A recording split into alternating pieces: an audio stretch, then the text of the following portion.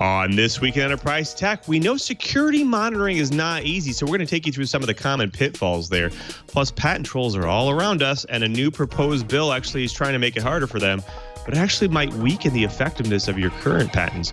Plus, we bring in an enterprise technology expert. Brian Curtis and I talk with the managing director of Ridge Ventures, Alex Rosen. He has an eye for transformative technology. We'd like to hear some of the startups he's got. Shouldn't miss it. Twy on the set. Podcasts you love. From people you trust. This is Twit. This is Twy, This Week in Enterprise Tech, episode 365, recorded October 25th, 2019. Money Tech. This episode of This Week in Enterprise Tech is brought to you by Wasabi Hot Cloud Storage. Thinking about moving your data storage to the cloud? Wasabi is enterprise-class cloud storage at 1/5 the price of Amazon S3 and up to 6 times faster with no hidden fees for egresses or API requests. Calculate your savings and try Wasabi with free unlimited storage for a month at wasabi.com, code enterprise. And by Microsoft Mechanics, the official show from Microsoft for tech enthusiasts, IT pros, and software architects. Get deep dives from engineers behind the tech or just learn the essentials of the latest from Microsoft. Visit aka.ms/enterprise mechanics to watch and subscribe today. And by Beacon by EchoSec. Beacon is the fastest way to discover critical data online. This web-based platform gathers millions of posts from dark websites, paste sites, and discussion forums, allowing you to detect threats to your organization quickly. Book a demo today and claim a 10% discount by visiting echosec.net/enterprise.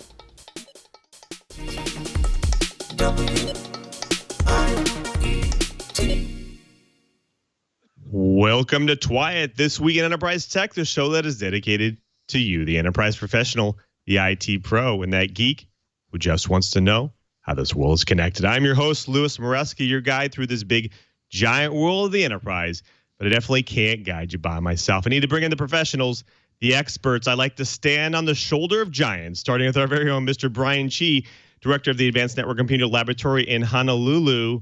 Cheebert, you've been gallivanting amongst all of the of Sin City there. What's been going on there? Actually, I had a great time talking to a whole bunch of folks lining up wireless internet service providers at Wispapalooza. So I've got some interviews that I'm editing up, and I'm hoping to be able to share the video clips with the audience very soon. But right now, I am just hoping and praying I don't have nice, big, giant explosions, because we have our every other year SOAST open house where we have about 8,000 kids learning what it is like to be an Earth or space scientist. So the explosion I talked about is a demonstration of what happens with a volcanic explosion. And so they drop bottles of liquid nitrogen into a big, giant trash can of water and blow all different sizes of balls in the air to show how ejecta gets strewn around by volcanoes. Fantastic. Well, thanks, Cheebert, for being here. We'll make sure we won't take any cover if we hear any explosions, but great to see you. But also, it's always great to have another expert with our panel here. And then we have our very own Mr. Curtis Franklin, senior editor at Dark Reading. Curtis, you're gearing up for another Maker Faire in Orlando coming in November. Is that right? That's very true. We've got Maker Faire in about 2 weeks. As a matter of fact, after Twy, we'll be heading over to the Maker Effects Makerspace to put together packets for exhibitors. So it's getting real, and it's going to be exciting. We have, I think, at last count, over 300 exhibitors coming in, as well as the largest gathering of heavyweight battle bots other than the televised tournament. So we're going to be having a good time, and I just can't wait. Well, it's always great to have you guys here, but we have quite a big jam-packed show for you today of some enterprise goodness, and I'm quite excited about our guest today as well. First, we're going to take you through some security monitoring, and we know it's not that easy. And in fact, on our twit.community site, there's always a ton of questions there about how to actually do that better. So we're going to take you through the most common pitfalls in security monitoring. Plus, patent trolls are all around us, and a new bill is out there to make it harder for them. But it just might actually weaken the effectiveness of patents that you have as well. We'll get into that discussion. And today we have an expert in enterprise tech. He has an eye for transformative technology. It's almost as if he has a crystal ball hidden somewhere. The managing director of Ridge Ventures, Alex Rosen, he's here to take us through what's next in the market. But before we get to all of that, there have been some interesting blips this week in the news, and including Tor's back in the news. So let's go ahead and jump into this week's blips. Now, users and organizations around the world are looking for ways to get better privacy, but there's always a good amount of the global population who also wants uncensored internet as well. Now, in the past Twilight episodes, we've discussed about all the countries that don't have net neutrality, but there actually are plenty of them that also censor content and sites that you browse as well. Now, imagine not being able to find the information you're looking for because your country is blocking the content. Now, for some, it's actually hard to imagine being in that situation. Well, the BBC is fighting back to ensure censorship is no longer a problem for their content. Now, countries including China, Iran, and Vietnam are among the few that block BBC content. Now, how is BBC going to prevent the networks from censoring them? Well, with Tor, of course. Short for the Onion Router, designed by the U.S. Naval Research Laboratory, Tor is essential and attempts to hide a person location and identity by sending data across the internet via graph route of nodes or volunteer PCs and computer servers as connection points. Now, with encryption applied to every hop between the nodes in the graph, it makes it hard for anyone to track activity between nodes. Now, people forget that users can visit normal websites anonymously over Tor, but it can also be used as part of a process of hidden hosts or hidden sites for hosts, which use the onion domain suffix instead of .com. Now, onion hosted services and sites take load off scarce exit nodes and preserve end-to-end encryption, and the self-authenticating domain name resists spoofing. Now, this is why the BBC will also be posting or mirroring their content to an onion address as well. No longer will people or organizations from countries who censor content be able to block BBC content anymore because of the Tor network. There's actually no real way to tell what content a user is looking at with Tor, and that's a great advantage for them. Now, remember, if you want to keep your browser activity secret, or you're just living in or traveling to a country who censors content, it might be time for you to take a look at the browser, Tor browser again. Well, in a job market where we keep talking about the fact that there's a critical shortage of security professionals, 40% of IT security pros are job hunting as job satisfaction drops. Security professionals are reporting lower levels of job satisfaction, a sign of trouble for an industry struggling with higher stress levels and lower work-life balance. Exabeam researchers polled 479 security professionals in 6 different nations across Europe and North America, and their results show that 71% of respondents are satisfied or very satisfied with their position in 2019, compared with 83% who said the same thing in 2018. 62% of respondents said that their jobs are stressful or very stressful, and 44% feel they lack work-life balance. Now, that could be why 40% of the respondents say that they are actively job searching. More than half of those are motivated by poor compensation and unsupportive leadership, which is interesting, given the median salary is between $75,000 and $100,000, and 53% of the respondents report salary satisfaction, a number that's up from the 35% of last year. Now, in something interesting, more than 90% of the respondents are male, which is an increase from 2018 and proof of security's continuing gender gap. Now, in further proof of a diversity deficit, only 3% of respondents were African American, 13% were Asian, and 9% were Latino or Hispanic.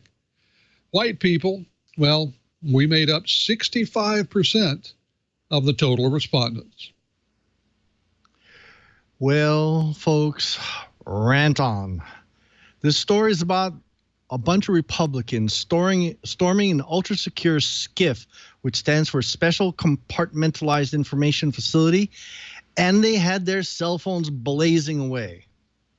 And I will say up front, I'm an ex-federal IT specialist, and you know what? One of the biggest security measures of a SCIF are 18-year-olds with M16s. And sadly, or better yet, they have orders on shoot to kill. Because when you start fussing around with the data in a SCIF, you are putting people at risk. SCIFs are where we deal with human intelligence. And when you start blazing away with cell phones, you have a very high probability of accidentally sharing with the world information about human intelligence, and that gets people killed. Anyway, so last week, Wednesday, Republican lawmakers committed a major breach of security guidelines when they carried cell phones as they tried to force their way into a secure room where a closed-door impeachment hearing with the Defense Department official was taking place.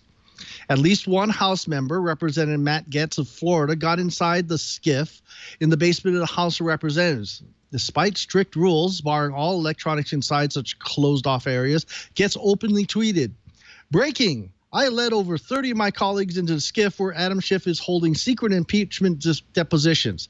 Still inside. More details to come." So, my opinion, regardless of their justification, SCIFs are used to keep ultra-sensitive data away from our enemies. It is inside a SCIF that human intelligence is discussed by cleared personnel that have a need to know. Leaks in such a facility can potentially get people killed, and why guards at the front door typically have a shoot-to-kill order. So I want to know how these lawmakers feel they are above the law and how they feel about potentially getting some of our intelligence assets killed. They should be grateful the guards at the door didn't execute their orders. End rant. Well, folks, another week, another leak. This time it's involving the U.S. Department of Homeland Security with the leak of 179 gigabytes of customer, U.S. government, and military records.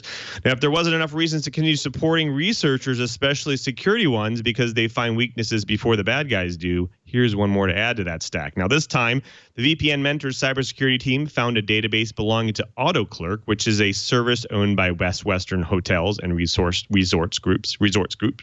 Now, AutoClerk is just a reservations management system used by resorts to manage bookings, revenue, loyalty programs, guest profiles, and payment processing. However, it looks like one of the platforms connected to AutoClerk exposed in the breach is a contractor of the U.S. government that deals with travel arrangements. Now, VPN Mentor was able to view records relating to travel arrangements of government and military personnel, both past and future, who are connected to the U.S. government, military, and Department of Homeland Security. Now, how was the data leaked? Well, researchers essentially discovered an open Elasticsearch database through VPN Mentor's web mapping project. Now, it was possible to access the database, given it had no encryption or security barriers whatsoever, and perform searches to examine the records contained within. Now, hundreds of thousands of booking reservations for guests were available to view, and data including full names, dates of birth, home addresses, phone numbers, dates traveled, costs, some check-in times, room numbers, and mass credit card details were also exposed. What is the big danger here? Well, significant amounts of sensitive employee and military personnel data can now be in the public domain. Now, this gives invaluable insight into the operations and activities of the U.S. government and military personnel. Now, the national security implications for the U.S. government and military are wide-ranging and pretty serious. Now, this goes along with the common theme. Your network is only as good as your weakest link. And it seems AutoClerk was Homeland Security's. Well, this week at Gartner SYMposium Expo, a new vision for security leadership was outlined. Whenever executives gather, words like leadership and vision get thrown around a lot. Gartner SYMposium IT Expo is no exception, but at a Monday morning conference session in Orlando, a Gartner analyst added specifics to the high-level vision around security and risk management. Tom Schultz, who's a distinguished vice president and analyst at Gartner, began by pointing out how security has become a board-level issue at successful companies. Now, he started with showing an example vision statement, moved to the kind of assessments required to understand the starting point of the exercise, and then talked through the next 4 steps. Find the gaps between where you are and where you need to be, prioritize changes and actions based on the specific needs of the organization, gain approval from all the stakeholders and the board, and then execute the plan. Now, in a move that some in the audience found unusual, Schultz warned against having the security team be accountable for data security. Instead, the business owner of the data should be responsible, he said, because that brings balance to the question of just how aggressive application plans should be. He also stressed that process is the wrong foundation for security. Principles are far more important than processes when building a defense. Now, as for what to defend, Schultz said that teams should give up on the idea of protecting IT infrastructure. That train has long since left the station, and it doesn't scale. Instead, business outcomes are where it's at when it comes to knowing what deserves your attention and your protection. Well, I guess I'm kind of Debbie Downer today because this story is about hackers stealing crypto keys for NordVPN. And this is what the Ars Technica story says so far. Hackers breached a server used by popular virtual network provider NordVPN and stole encryption keys that could be used to mount decryption attacks on segments of its customer base. A log of the commands used in the attack suggests that the hackers had root access, meaning they had almost unfettered control over the server and could read or modify just about any data stored on it. One of the 3 private keys leaked was used to secure a digital certificate that provided HTTPS encryption for NordVPN.com. The key wasn't set to expire until October 2018, some 7 months after the March 2018 breach. Attackers could have used the compromised certificate to impersonate the NordVPN website or mount man-in-the-middle attacks on people visiting the real one. Details of the breach have been circulating online since at least May 2018.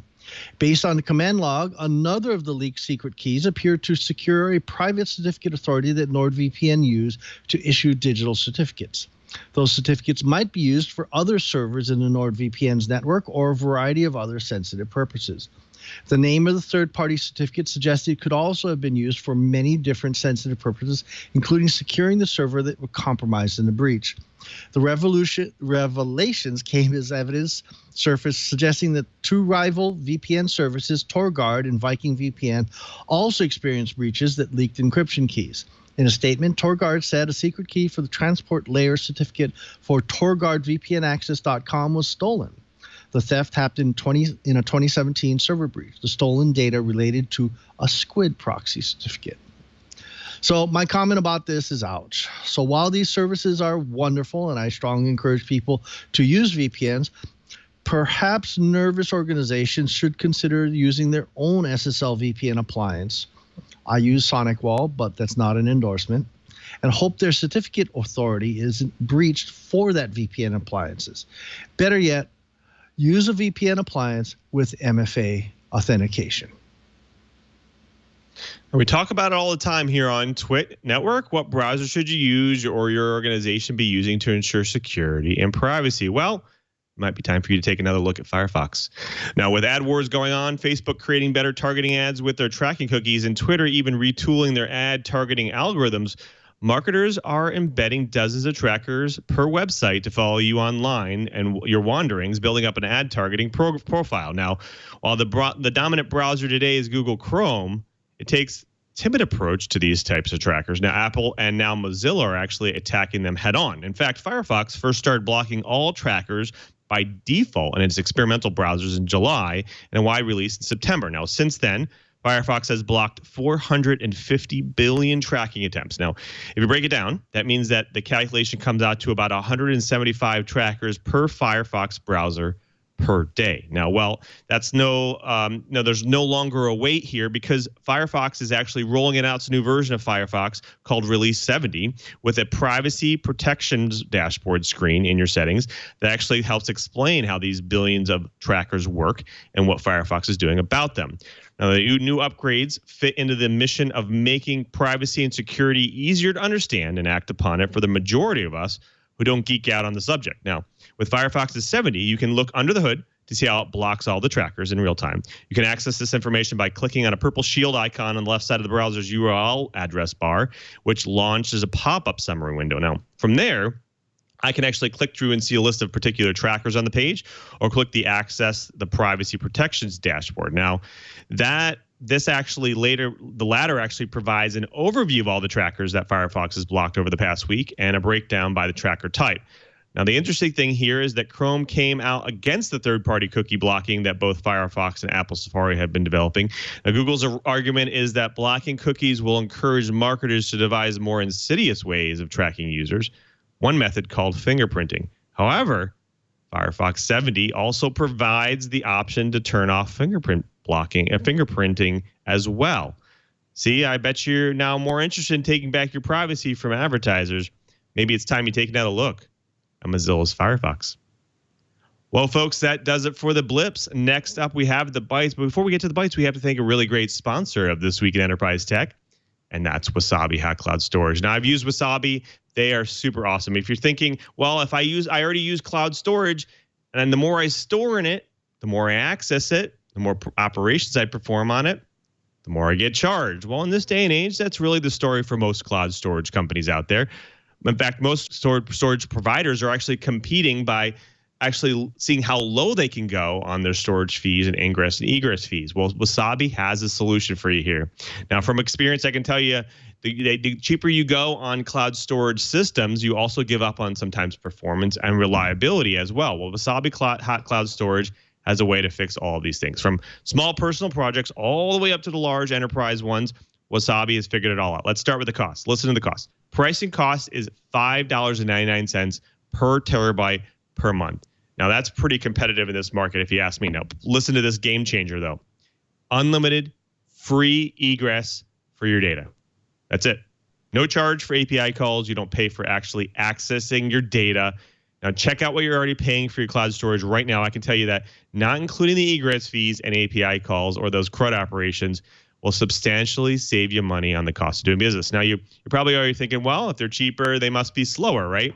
Well, that's not true. With Wasabi, they are able to tackle all of that. What they've actually developed a disruptive technology, and they found ways to pull raw performance out of the storage devices without actually compromising anything.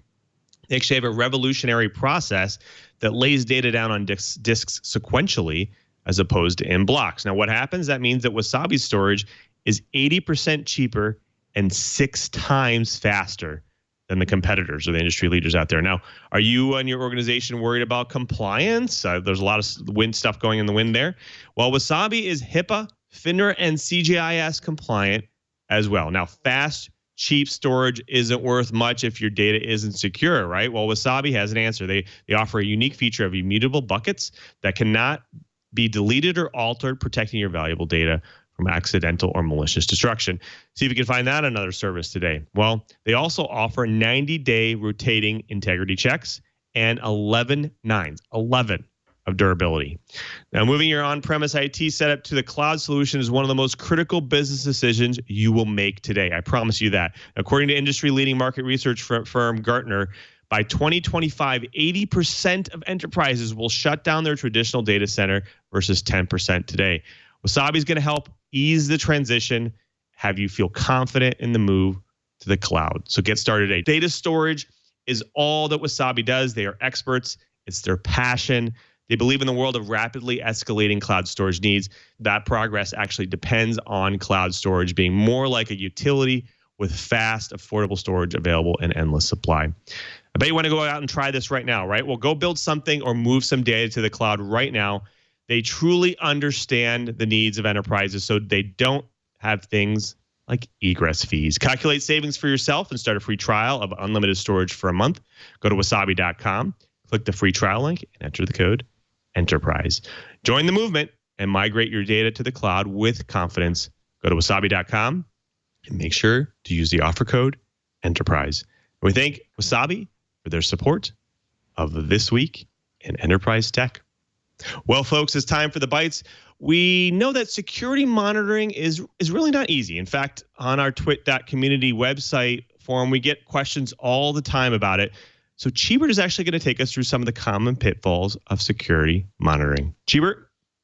So this story comes to us from Dark Reading, and I'm going to read just the first couple of paragraphs, and then we'll discuss this. Because part of this is a Cheebert rant. I'm pretty sure Lou and Curt are probably going to rant too. But the reality is we're fighting a losing battle, and here are some of the issues. Quote, no matter how much we invest in defense and how many new solutions hit the market every year, we still face an onslaught of highly successful cyber attacks. Hackers are savvy and persistent, and our failure to keep pace is leading to a problem projected to eclipse $3 billion in losses, according to 2018 data. Particularly as the cyber arms race has ratcheted up over the years, the author has seen a fixation on technology and consistently poor investment in people and processes to operate it. We absolutely need the technology, but we can't forget or overstate the importance of humans working methodically to make it effective, especially for security monitoring. So here's some of the common pitfalls the author decided to highlight. One of the big ones was inadequate resourcing. He kind of ranted on that. Yes, unfortunately, AI isn't there yet. You know, even good old boys at IBM with Watson and things like that, you can't just let the technology take care of this. You're going to need some trained humans. And the sad part is, if you're an HR manager trying to find skilled security people, you're probably finding it very difficult. My suggestion to the corporations out there is work with your educational institutions. If the kids in the college don't have places to have practicum, all they're going to have is book learning. So my suggestion is help the kids get their feet wet, work with them, and use that as a golden opportunity to start codifying your procedures. If you don't already have a set of standard operating procedures on what to do, when to do it, and who to call, you're already losing most of those battles. So work with the kids, work with, the professionals, hire a consultant maybe, start throwing some resources at this, because the automation isn't there yet. You're not going to have Jarvis, you're not going to have, HAL 9000 go and say, oh, sir, there's been a breach.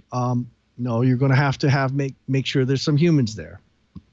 The other things that they started identifying is failure to identify and drive towards outcomes. Standard operating procedures. Work backwards. What do you need to achieve? Are you having to do some GDPR reporting? Are you having to do some HIPAA reporting? If you're working in federal government, is it FISMA, and so forth? Is it NISPOM? You need to know your outcomes as part of your operating procedures. So the other things is, what are your resources? Have you really taken it a good hard look at what your resources are, how you've set it up? Have you discussed within your organization? Are you achieving your goals? And nowadays, we're all in agreement, I hope, that the perimeter security model is dead. You need to at least start looking at zones. You need to start thinking about how that works. We're not going to be Home Depot, where someone in the back office can, mistakenly plug in their kid's laptop and infect the whole company right down to the registers. I'm not sure that's really what happened, but hey, we need to talk about that. So what I'm going to do is I'm going to put Mr. Curt on the hot seat next and say, hey, Mr. Curt, what have you been hearing? You were recently attending Gartner SYMposium, and I'm sure this topic was up there. Why don't you share a little bit of what you're seeing in the C-suite as far as policies go? Happy to do so. And we heard some of it in my blip, where we were talking about the vision that was laid out. I think this is important because, as the analysts were saying, it's about both effectiveness where you are now and the effectiveness that can scale. As they pointed out, if you have a focus on the infrastructure, in other words, protecting individual servers, individual routers, individual pieces of infrastructure, whatever they may be, as your organization and your network grows, if that's your focus, then you have to grow your security apace, and that really doesn't scale. You hit a point pretty soon where you just can't add security monitoring points quickly enough to maintain a level of monitoring and security. Instead, define what those outcomes are, especially the business outcomes. You know, it's one thing to say we need to protect this many servers. It's another thing to say we need to protect the ability to do secure transactions with our customers at a rate of so many per second. Once you define it that way, it becomes much easier to say, all right, as we scale, maybe we change our approach, maybe we change the technology. And when it comes to things like the monitoring, figuring out what all of the signals mean when they're brought into the analysis pit, that's why we're seeing a growth in what a lot of companies are calling the virtual SOC, the SOC as a service. In other words, let's take all of those feeds, let's take all of that data and send it to a third-party provider in the cloud. Let them do the monitoring, let them apply the intelligence that they've either developed or bought, using the staff that they employ to figure out what's important, what you should know about, and what you should act upon immediately. They can notify you and let you take care of dealing with the issues, making the adjustments, but you don't have to worry about scaling your SOC headcount to take care of all the data that's coming in.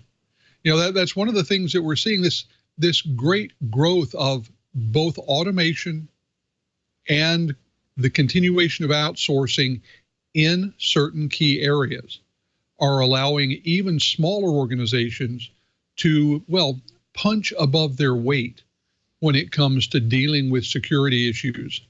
And for a lot of the smaller organizations that are being increasingly targeted by criminals, that may be the best news all year. Okay, so great. That's today. I'm going to ask Lou, what about tomorrow? What about the future? So as an IT professional, we've all seen some of the really, really abysmal error codes that software has been throwing, systems have been throwing. You know, when we start having error code 00EEFA. Okay, so what is that? With the resources available to us today with virtual systems and things like that, Lou, what do you think? Do you think it's now time or past time or whatever of getting developers to start using more natural language error codes to actually, you know, what threw that error? Why was the error thrown? Do you think developers can actually help some of this so that the people that are monitoring have a little bit more guidance? So, Lou, absolutely. I think it's a little bit of combination of both. I think the reason for the error codes and the reason they continue to persist over the years is just because they don't need to be localized. They don't need to be internationalized in the sense, and they can be pointed to specific things, specific content over time.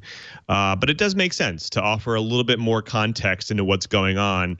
I see a lot of organizations out there that build software that will get issues from that software, whether it's node or whether it's node protection or endpoint protection, or if it's just services within their system or it's containers or whatnot. They don't necessarily know how to consume that data and know how to actually be alerted of that data. They're not taking advantage of some of the tools that are out there today. And so I would almost say, yeah, I agree. Make sure that your appliances and your software and your services are providing a little bit more context that could be captured at somewhere down the pipe, somewhere downstream. But also make sure you're taking advantage of some of those tools that are out there today. And we've talked a lot about it before in the past, but there's a lot of services out there. There's a lot of AI-powered internet services and security appliances that are out there that will actually help consume some of this data in a stream and actually try to provide you a little bit better insight into what's going on. And they do the work to actually go figure out what some error codes are doing or what they are to help provide a little bit more insights and to dedupe some of the issues that are coming in. And I almost say that's the future. I would definitely say that there's some big players out there, Cisco, SonicWall, you've talked about it before, Meraki, that will apply some of this knowledge and some of this technology to these types of things. but you have to take advantage of it as well. You can't just go and say, hey, I'm going to put a little bit of tracing and logging into my software and in hopes that I'm going to capture everything. So I think the future is really having machines help us from that perspective, but also, again, like you said, providing a little bit more context into the data that we're providing. Yeah, so I'm actually thinking we've got a lot of work to do still. We're not keeping up. I think solutions like, say, we've interviewed Tim Titus from Past Solutions. We've interviewed the guys from Splunk. We've interviewed all kinds of people with different types of solutions that are starting to apply AI to the problem. But I'm also saying, this is my personal rant, is we need to train the warm bodies too. We're not going to get away from skilled labor anytime soon. So I'm going to put a call out to the industry professionals and say, if your organization isn't offering at least a hand to educational institutions for some sort of public-private partnership, consider it. There are some tax advantages, so might as well make use of those, because remember, the tax laws were designed to be treated aggressively. It behooves you to treat them aggressively. Use those loopholes so that you can go and start working with the public-private interface so that we can start training these kids, get them some real-world experience. To the academics out there, your ivory tower is crumbling. If you are not looking at public-private partnerships, you're behind the times. Your grant money is disappearing. My grant money comes from a combination of public and private. You need to start thinking about it. The world is changing. It's time for the industry to change with it. End rant. Anyway, I'm thinking maybe, just maybe, we're done with that rant, and maybe it's time for Lou. Shall we go talk about patent challenges? Absolutely. Now, you and your organization, you might have applied for patents in the past, and they were even given patents for your inventions. But nothing else is a great peace of mind for you to be protected by law. But what if I told you a new bill dubbed the Stronger Patents Law might just weaken the effectiveness of the patent system and your current patents? Now, we'll getting too much into the legalese of the bill, because we don't have Denise Howell here to tell us about it. It targets the IPR system, or the system of inter partes review. Now, the main reason for the IPR system was to actually stop the course of trending, wrongly issued patents and chip away at the patent trolls. Now, it essentially helps people and organizations challenge bad patents more cheaply and quickly. Now, IPR proceedings are taking a real bite out of the patent troll business model.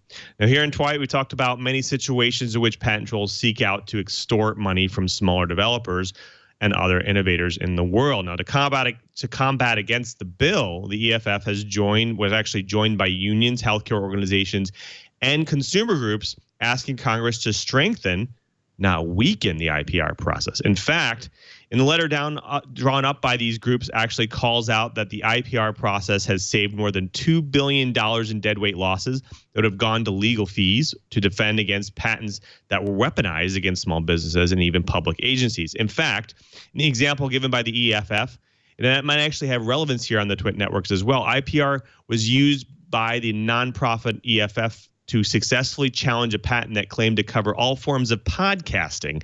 The owner of the patent, Personal Audio LLC, was asserting this patent against individuals and small businesses for creating podcasts. By giving patent trolls the right to automatic injunction, this bill could give them the power to shut down startups and thousands of other productive companies. Now, I want to throw this to you guys because, Chubert, I want to start with you. Now, what do you think? Is this does this bill sound like it's more empowering to patent trolls? It seems like the major provision, which they call the Stronger Patents Act, would be a reverse to the Supreme Court's landmark eBay versus Merck exchange decision, which would be a huge step backwards because it would empower patent trolls. Now it sounds like we're getting there again with this new bill. What's going on here? Yeah, I don't know. I'm not a lawyer. I really couldn't say for sure, but all I'm willing to say is that the patent process needs to be revamped. Hear me, congressional delegations.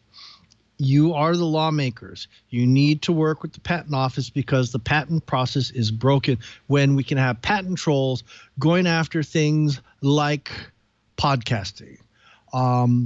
When we had people going after Vonage, even though the concept of voice over IP was proposed in a 1960s era DARPA project that I happened to be a student slave on.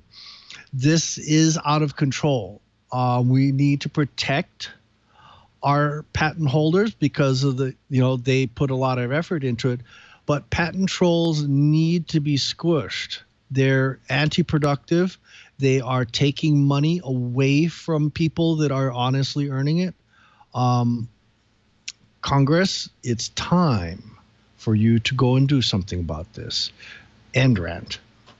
Thanks, Cheever. Now, I think Curtis, I want to actually get your thoughts on this too. Shouldn't there be a bill out there to strengthen patent system to help rid ourselves of patent trolls? What do we need to do here? What do we need to do to finally rid ourselves of the patent trolls? Well, I think one of the big things we need to do to rid ourselves of patent trolls is actually just properly fund the patent office. There are so many applications for patents these days, and many of them are so complex that the default is to issue the patent unless it is obviously prior art or obviously problematic. So let's get many more patent examiners in the office. Let's get make the process so that the patent applications can be properly examined and adjudicated before they go into effect. You know, it's fascinating to watch this because the idea of patents is good. The idea is that it provides an incentive for innovation. If you innovate, you are essentially granted a short-term monopoly on that invention so that you can profit for it. You know, it funds the work of invention. But at the same time, you allow everyone else to see the invention. That's the difference between a patent and a trade secret. With a patent, you have to publish what you are patenting. The system, though, was developed, was conceived when we were primarily inventing physical things. You know, patents covered physical things. And you had to generally submit a patent model. In other words, you had to show that your invention worked. And today, it's possible to patent what amount to ideas. And that is where many of the problems come in. I'm a big believer in the patent system. I think it has, on the whole, served society very well. But I think that we need to take a look at some of the details so that we can review the patents, make a determination of their validity, and either issue or reject them much more quickly. You know, this is not a particularly new problem. I remember back in the 80s, the mid-1980s, talking to someone from IBM, and they said then that it was IBM's position that it was essentially impossible to build a modern computer without infringing an IBM patent. And if you looked at the list of patents they had, they were quite right. What kept them from going out and stomping all of the rising microcomputer companies? Well, it was a combination of fear of antitrust action and the fact that they were perfectly willing to license their technology, sometimes for a royalty and sometimes just through a cross-licensing thing. That was an enlightened kind of attitude that we need more of. But until we see more enlightened behavior and fewer trolls, we really need to get to work in hiring lots more examiners in the patent office. Thanks, Curt. Well, I think we've done enough negative news stories for today. We should move on to the hopes and dreams of startups, which we'll discuss with our guests next. But before we do, we have to thank another great sponsor of This Week in Enterprise Tech, and that's Microsoft Mechanics. Now, how are you actually keeping up in the latest technology from different companies? Now, I love the deep dives, the ones that kind of take you through all the details, but quickly and provide you a walkthrough with easy demos. Now, Microsoft Mechanics is going to do this for you, actually. Now, every week they do a deep dive on the latest and greatest announcements from Microsoft. Not only do they touch on the trending IT topics, but they bring you step-by-step tutorials as well. Just recently, they actually did one on Windows Virtual Desktop. They also have ones for the large-scale Windows and Office deployments as well. Now you're speaking my language. These aren't your usual rambling how-to videos or off-the-cuff tech interviews. These are carefully crafted, verbally and visually appealing videos with demos and how it works, graphical explanations. They aren't long, so you don't lose focus, normally around 15 minutes. And so they actually get to the point and they don't waste your time. Now, finding guides for different types of technology is hard. You actually have to sometimes search for trends around the different categories of things. But now I actually work for Microsoft, and even though I use Microsoft Mechanics, actually helps me get up on things. It's my abridged guide to finding things sometimes, so I don't have to go search through the company.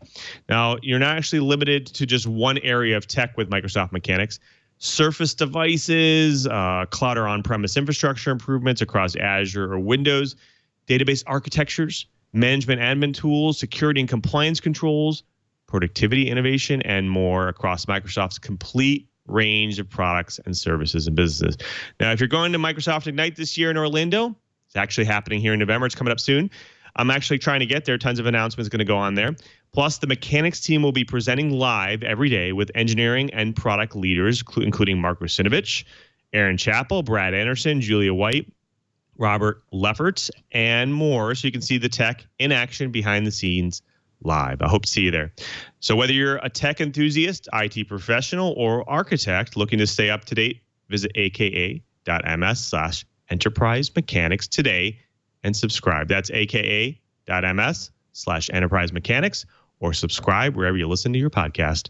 Watch Microsoft Mechanics, your free go-to source to discover the latest Microsoft tech. And we thank Microsoft Tech and their support for this week in Enterprise Tech. Well, folks, it's now my favorite part of the show. We get to bring in a guest to drop some knowledge on the Twilight Riot. And today we have Managing Director of Ridge Ventures, Alex Rosen. Thank you so much for being here, Alex. Thanks so much, Lou. Thanks for having me here. Absolutely. Now, you have quite the journey through tech you have a BS in electrical engineering and actually an economics degree from MIT and an MBA from Stanford. But, I actually want you to take us through your journey because our audience loves to hear origin stories. So can you maybe take us through your journey and how you ended up at IDG and then Ridge Ventures? Sure. So this is a walk in the past for those who like technology and remember the early days. So to personal computers in 1981, my high school had a row of Commodore PETs, and I was fascinated with the idea of programming, and ended up getting a part-time job at a local Apple dealer so I could get one of the early versions of the Apple IIe when it came out. And just again, put this in perspective, it's kind of funny. I didn't have the money to get the memory upgrade from 64K to 128K. That's K. So that was fun. I ended up making a little bit of money in high school writing code because back then not everybody in high school coded like they do now. Went to MIT, studied electrical engineering, got interested in business, got a second degree in economics, actually paid for a good chunk of my college by writing code during the summers and during the school year, and then wanted to get some business experience. Had a short stint in investment banking, and then was fortunate to get a totally entry-level job at a venture capital firm in mid 1990s. Thought it was going to be something that I do for a year or two while I figure out what I'm going to do with the rest of my life, and it ended up sticking. So here I am 24 years later. I still love investing in technology. I love working with entrepreneurs. So been a little bit of a circuitous route, but in a way, a lot of the things that I've done have sort of put me in a really good place to be able to work with startups today. Fantastic. Now, so can you maybe take us through some of the sectors or some of the areas of technology that your particular company focuses on? Sure. So Ridge Ventures has got an interesting history. We evolved out of a corporate venture fund called IDG Ventures. I'm sure you guys are familiar with IDG, the tech media company. And historically, we've done a mix of consumer and enterprise investing.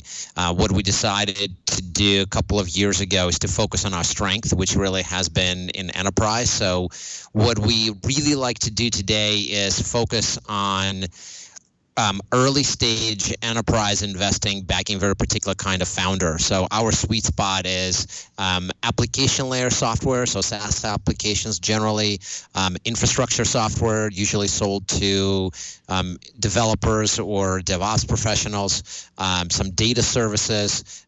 We invest early, typically the first institutional money that's coming in, generally just as the product has gotten developed and is beginning to get to market. And then we tend to back founders who really have brought a lot of deep domain expertise to the table. Fantastic. So maybe you could take us through the landscape, because we know that technology has been changing. It's changing quite rapidly. How has the world of ventures kind of changed over the years for you?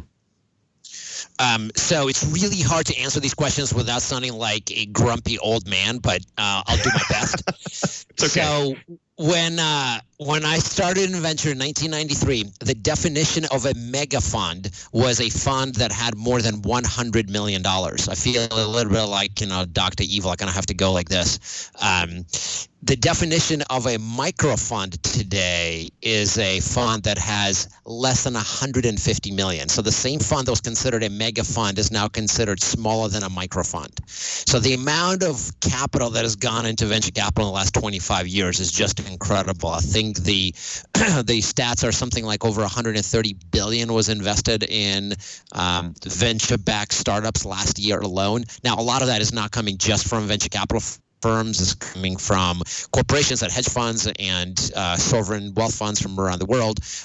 But this has become sort of a billion-dollar game up from, call it $10 million game when it started. So the business has become much bigger, much more institutional. But at the same time, what's been fascinating and really enjoyable is that technology has really evolved in so many different ways that none of us could have foreseen, in the early 90s, both on the consumer and the enterprise side.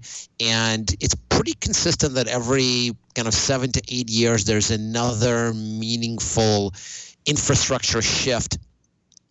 Whether that's going from mini computers to PCs to the internet to mobile, or whether it's kind of the underlying structure of going from, relational databases to NoSQL storage, or computing paradigms when you're going from on-prem to cloud to VMs to Kubernetes to cloud functions. So kind of the changes are nonstop, which keeps me on my toes and makes the job fun. Fantastic.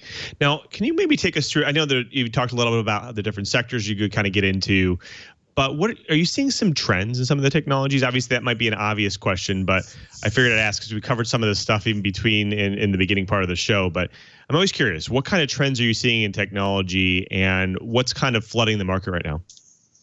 Yeah, so I would say what we try to do when we think about trends is not just to look at trends, but look at those that are investable. And because there are some things that are happening that for one side or another just don't present kind of great investment opportunities for us. So I would say we think of it broadly in terms of vertical and horizontal opportunities. So in the vertical side, we believe that the ubiquity of mobile devices and the constant push for digital transformation has created opportunities in a number of verticals where historically technology has not been a big component of their businesses. And I'll mention a couple. So one of them has been groceries. Generally, grocery stores, which run on thin margins, have not had the ability to invest a lot in technologies. But over the past few years, in many regards, fueled by the competition from Amazon, among others, they've really been investing aggressively. So we've made a couple of investments in that area. One in particular that we're excited about is called Grabango. They provide technology to existing retail locations to enable them to provide cashierless checkout. So if you think of the Amazon Go analogy, this is the competitive response. And we think that majority of stores are going to have some component of cashierless checkout in the years to come. It's going to take a while. It's a combination of software and hardware, but it's definitely a major trend that we're excited about, and we're excited about funding. I would say sort of on the horizontal side, there is, as boring as it sounds, still this huge tidal wave pushing companies to the cloud.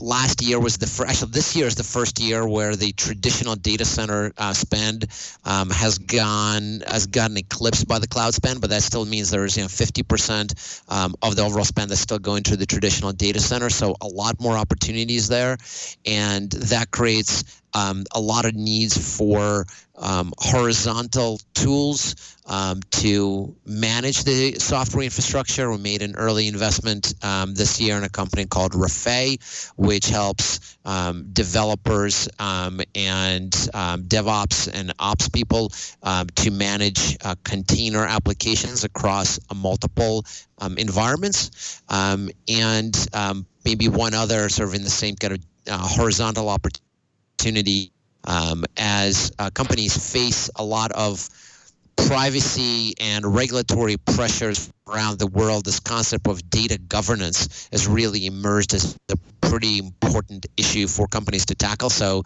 if you are multinational, you have customers in 10 different countries, how you keep data on each set of customers in that particular country is technically not easy to do. And we funded an entrepreneur whom we've backed previously to start a company called In Country to provide software solutions for big enterprises as well as software companies to enable it to be compliant when it comes to data governance. I can go on and on. So, tell me how much time This is great.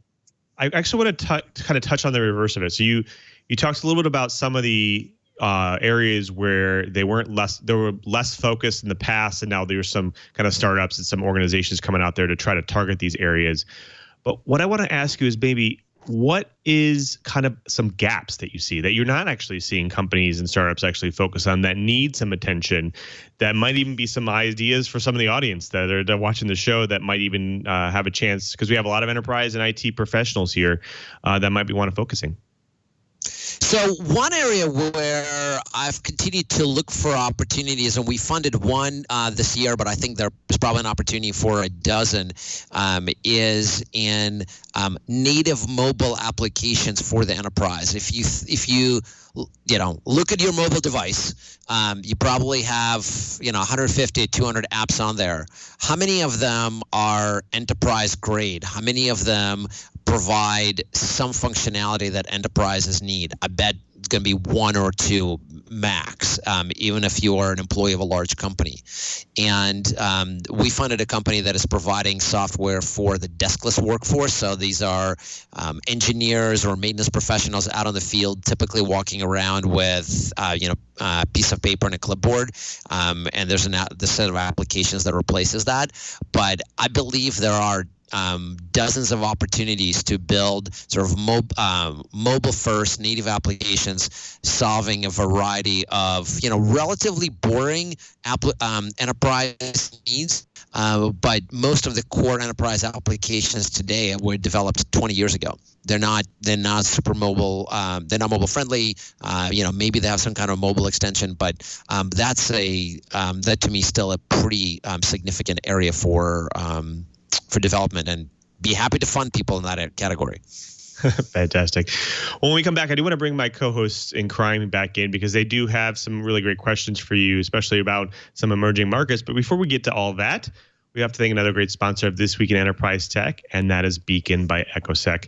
Now, sometimes discovering things about your network and infrastructure requires more than just the data from your network. Now, if you want to stay ahead of the game and actually be proactive rather than reactive, you need data that you don't actually have. Now, EchoSec has been the discovery tool for all social media, forums, and news, but they just now realize their newest product called Beacon is the product that will protect your information from the dark web intelligence as well. Now, Beacon actually helps you discover threats, learn about attackers and their motives, and prevent future attacks as well. Now, that's pretty cool. Now, this actually lets you be on the offense rather than on the defense right out of the gate. Now, within minutes, Beacon will show you a bunch of things. Leaked personally identifiable information. Now, in fact, one leaked email address can actually quickly lead you to a person's phone number, home address, information about their family, even their favorite movies. So this is great information to have before the attackers do. Now, they establish dark web information as well. In fact, fraudulent credit cards from there, guides on how to crack or hack specific companies, and more before everyone else gets their hands on it. Now, large-scale data breach information as well. Detecting these issues early means you can inform your clients and stakeholders before they hear it on the news. And in fact, more information about cloud service vulnerabilities as well. Now, if your company uses any cloud service, be the first to know if those services have weak spots that could affect you and your organization. Now, Beacon allows anyone on your team to scan for threats quickly across onion sites, paste sites, and message boards without the need for Tor browser. Now, it's pretty sophisticated, yet simple to use. It actually parses the data before delivering it to you, so you and your team are not at risk of being exposed to any implicating image content. Now, global organizations trust Beacon to discover critical online threats and better protect their information and their people. Now, finding leaked data, information breaches, and another vulnerability early is really imperative for the safety and security of communities, individuals, and brands. Don't be left in the dark. Discover key data from hidden sources before they impact your organization. Book a demo today of Beacon and claim a 10% discount by visiting echosec.net/enterprise. That's echosec.net/enterprise to receive your exclusive 10% discount. And we thank EchoSec for their support of This Week in Enterprise Tech. Well, folks, we're talking to Alex Rosen about some of the emerging markets out there and some really great ventures that he's had in the past. But I do want to bring my co-hosts in. Chee, I want to throw this to you first because you have some interesting questions about what's next. Actually, one of my big questions is we've got an audience full of techies with lots of really great ideas. And I guess I would say venture capital has become very popularized because of TV shows like Shark Tank, which I'm not sure if that's a dirty word for you or not. But if someone's got what they think is the next great idea, what kinds of homework should they be doing before they reach out to a venture capitalist? Good question. I would say it falls into two categories. One, you can do a little bit of, with very little research, you can identify the kind of companies that a particular venture firm backs, whether it's in terms of industries or stage of development. So if somebody is just starting off and it's literally one person an idea, then you're looking for firms that do seed or what is now called pre-seed investing. And unless that's one of the first two lines on the venture capitalist website, you're probably wasting your time with that firm. So get a really good sense for the kind of stage and then the kind of business. So if you're starting an e-commerce website and you're looking at a venture venture capital firm website and you see discussion of Kubernetes and cybersecurity and CDNs, probably not a good fit. Right. So that's one. And then secondly, generally speaking, most venture capitalists do not return cold emails. So an important homework to do will be try to identify if you have somebody in your network who is connected to a venture firm or several venture firms where they can make a warm introduction and at the very least vouch for you, for your background, for your technical competence. Those are the two things I would recommend to somebody who is reaching out and is interested in obtaining venture funding. One other thing that I'll say is that there are lots of great companies and lots of really important inventions where venture capital is not the right option for the founder or for the company.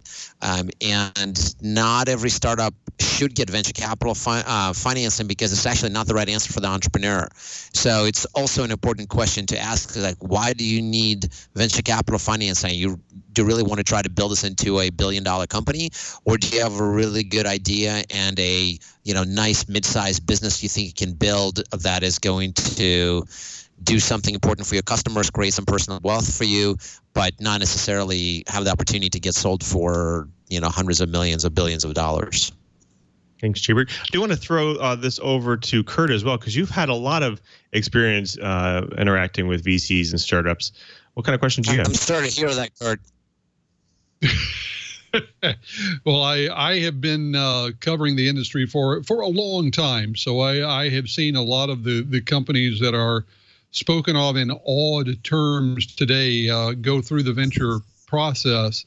And that's really something I wanted to ask about. You've talked about the way that the technology that you're seeing has changed over the years. We've watched different fads ebb and flow. We've watched technology develop.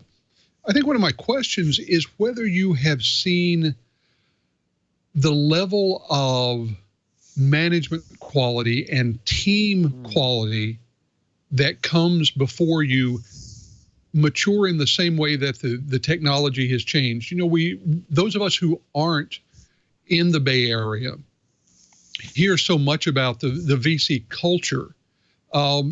Is it true that now everyone who lives, north of Los Angeles has a pitch ready to go, or are you still seeing people who are engineers or developers coming to you basically with the same kinds of management immaturity or issues that you were seeing a dozen or 15 years ago? There's no question that both the number of people and the sophistication of entrepreneurs, either who are starting or who are repeat entrepreneurs, has grown. So the answer is it absolutely has changed. I think the place where change is twofold. I mean, the amount of information that is readily available now to an entrepreneur about the startup environment, the startup culture, and finance just being a small part of that or a medium part of that is tremendous. I mean, when I was interviewing for a job with a venture capital firm in 1993, my best option was to go to Barnes & Noble store on the Upper West Side in Manhattan and look for a book of venture capital, and there were two. And I picked out one and read that over the weekend, and there was sort of a random pick, and that was the only way I learned anything. Today it's a 5-second Google search that will provide hundreds of hours of pretty valuable information from people who've gone this path before. So I think the level of sophistication is significantly different because of the information that's available. The level of sophistication is different because a lot more people have started companies, and therefore everybody has a neighbor or college buddy or a former colleague who is in a startup or has joined a startup. And as a result, people who we're meeting with just know a lot more about what it takes to start a company, which is great. Fantastic. Thank you so much, Alex. Unfortunately, we're running a little low on time, but we do want to give you a chance to maybe give the folks at home an opportunity to tell them where they need to go, to learn a little bit more about some of the ventures you guys are doing, as well as where if they have an idea and they've already gotten started the ball rolling, where they can get going and get you guys involved. Sure. So our website is a very original URL. It's ridge.vc. And we highlight the entrepreneurs on the website who we have proudly backed. We're excited that it's a diverse group in terms of gender, in terms of their heritage. We have about a third of our portfolio are immigrants to the U.S., and we have founders both of whose parents are direct descendants from the Mayflower. So it's a pretty broad group. We highlight companies like Braze and Discord, Fastly, which are the recent investments, some old investments like F5 Networks that I'm sure folks are familiar with. Companies like MindMeld, which was a pioneer in conversational AI that we funded 8 years ago before people knew how to spell AI. It's mostly the entrepreneurs and the companies that we have funded, but that will give people a very good perspective on what it is that we like to do. Thanks so much, Alex. Well, folks, you've done it again. You've sat through another hour of the best dang enterprise podcast in the universe, according to 9 out of 10 security monitoring policies. But I want to make sure I thank everyone who makes this show possible, especially to my co-hosts in crime, starting with our very own Mr. Curtis Franklin. Curtis, you're now that you're busy with all these things, where else can people find all of your work? What you're posting, where you're going, what you're doing? Well, as always, people can find my writing at Dark Reading, particularly The Edge at Dark Reading. Had a piece up there this week. I spent a little bit of time at Gartner, the Gartner SYMposium, their big conference every year, and I did one piece off that, got another one coming, and then this next week I will be over at the big ISC Squared conference, the Congress for Information Security, and we'll be reporting from there. So lots of good stuff coming up. Look for me at Dark Reading. Follow me on Twitter at KG4GWA, and I'll tell you all about the pieces that are coming up. Thanks, Curt. We also have to thank our geek in paradise, our very own Mr. Brian Chee. Cheebert, where can the folks at home find you, all of your work, and even ways to give you some show ideas? Well, on Twitter, I'm ADVNETLAB, Advanced Net Lab, or Cheebert at twit.tv. But better yet, why don't you hit Twyet at twit.tv, and that hits all the hosts. Now, I want to say this was a show that was a little different. This is not what we've been doing, but we've had some questions on how the heck do we grow and so forth. So when the PR people toss the pitch at me, I go, well, why not? This sounds good. Maybe our viewers have that next great idea to go and make $1 billion. So yes, I heard you in the chat room. I will go and try and push a little harder on some big Linux apps. One of the hot topics right now is automation, especially for containers and things like that. So we will go and take a good hard look. I will go try and find a good automation speaker, and we'll see if we can get that on a future show. Keep those show ideas coming. Lots and lots of these shows are driven by you, the viewer. I would love to hear from you. I'd love to hear your ideas. If you think I suck, please tell me that too. I've got fairly thick skin. And you know what? It's all good. And yes, Padre says hello. Thanks, Cheebert. Well, we also have to thank you as well. You're the person who drops in each and every week to watch and to listen to our show to get your enterprise goodness. We want to make it easy for you to watch and listen and catch up on your enterprise news. So go to our show page right now, twit.tv/Twyet. There you'll have all the amazing back episodes, plus all the show notes, information about our co-hosts and our guests, as well as all the stories we do during the show. But more importantly, next to those videos there, you actually get those helpful download and subscribe links.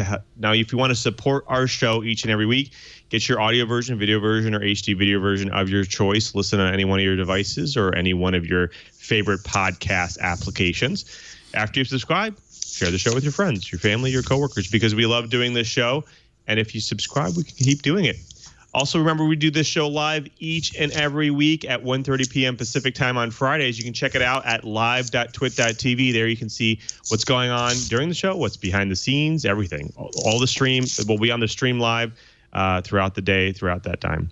Now, if you want to jump in and watch live, you might as well jump into the chat room as well. We have a great chat room. It's an IRC channel, irc.twit.tv. There you can find all the great characters that we have in there each and every week. They can provide some really great topics and questions throughout the show. So go ahead and jump in there as well. Now, if you can't jump in live, but you still want to join the Twit community and you actually want to be part of the discussion, we actually have some really great discussions out there on our new forum as well, twit.community. If you check that out, all of our hosts, including the Twilight Riot, posts out there, and they actually come out and join the great discussion about technology, pretty much just about everything.